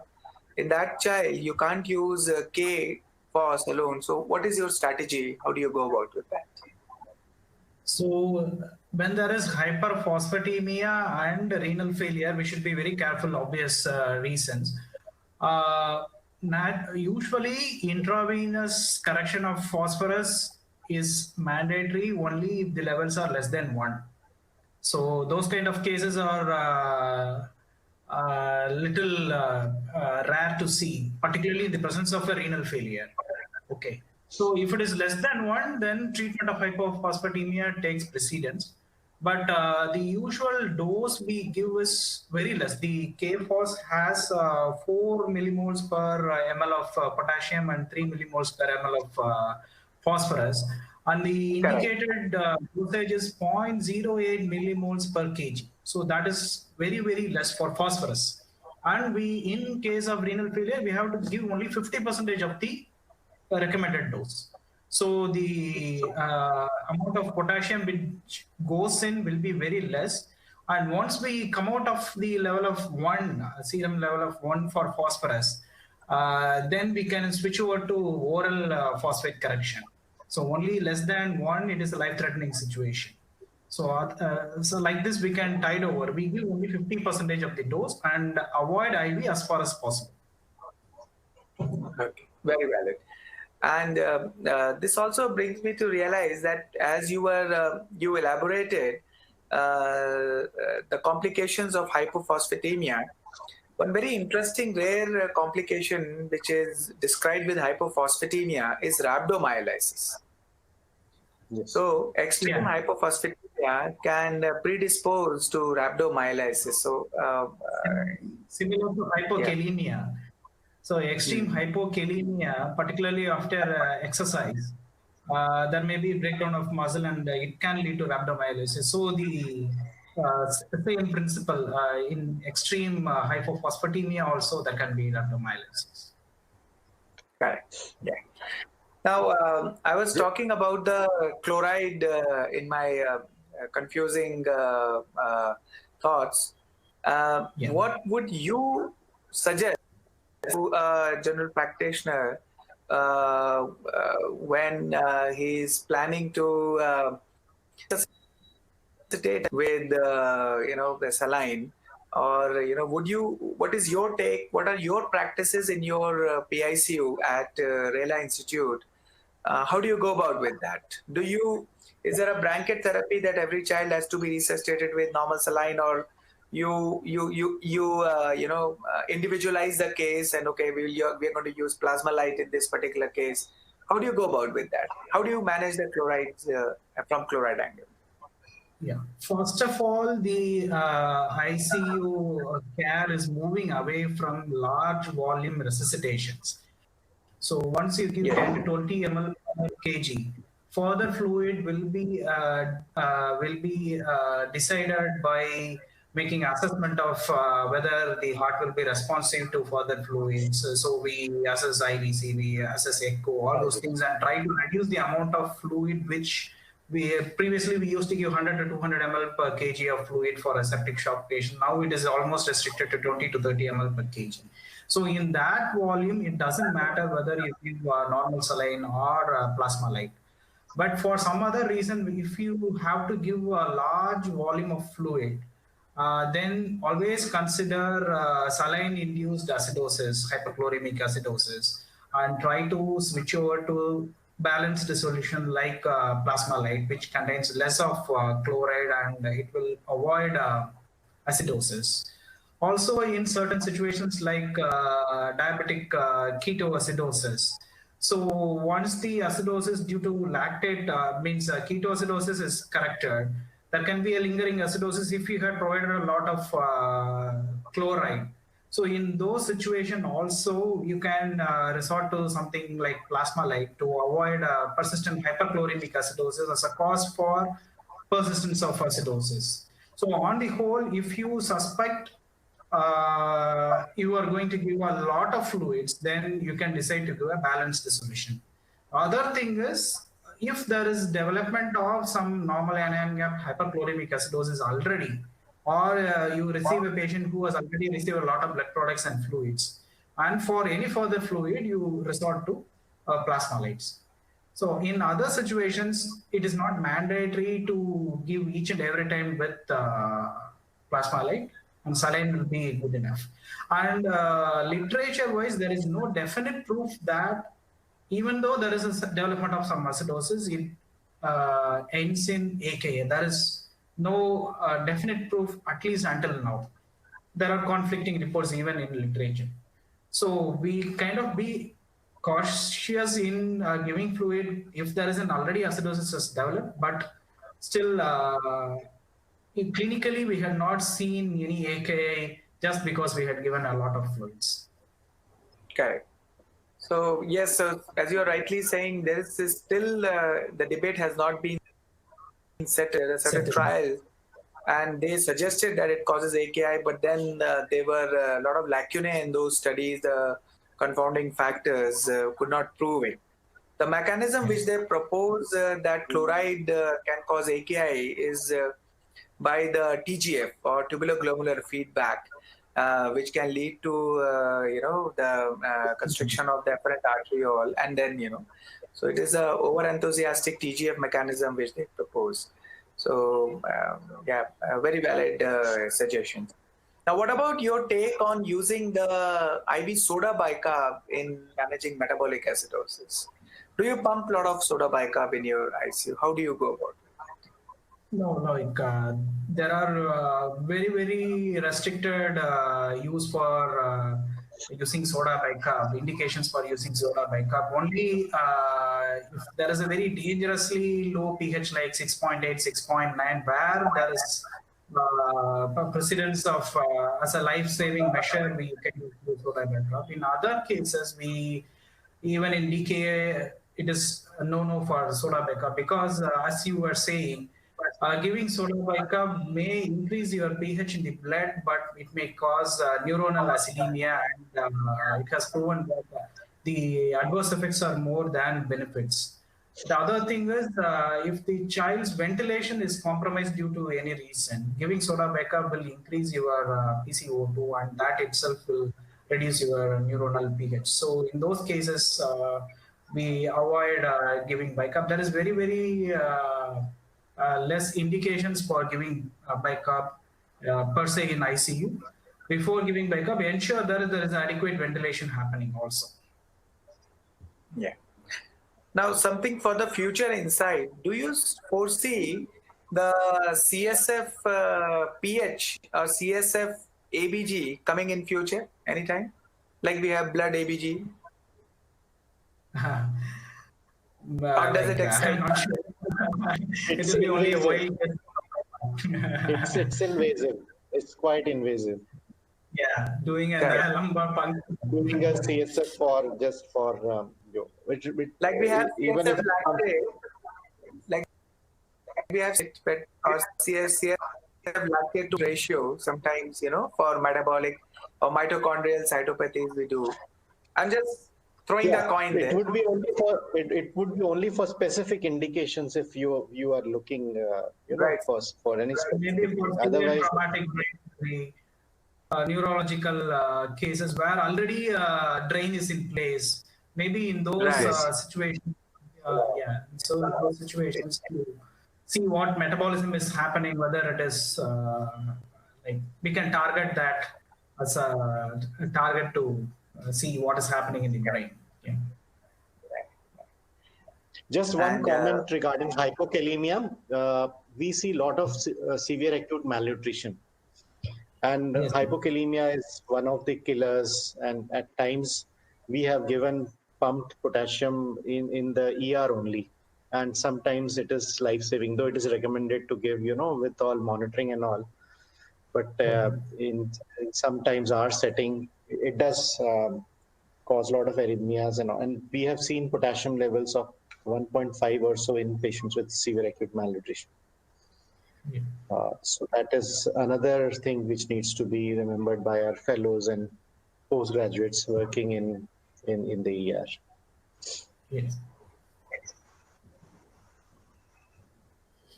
So I will congratulate once again both the speakers for this excellent presentation.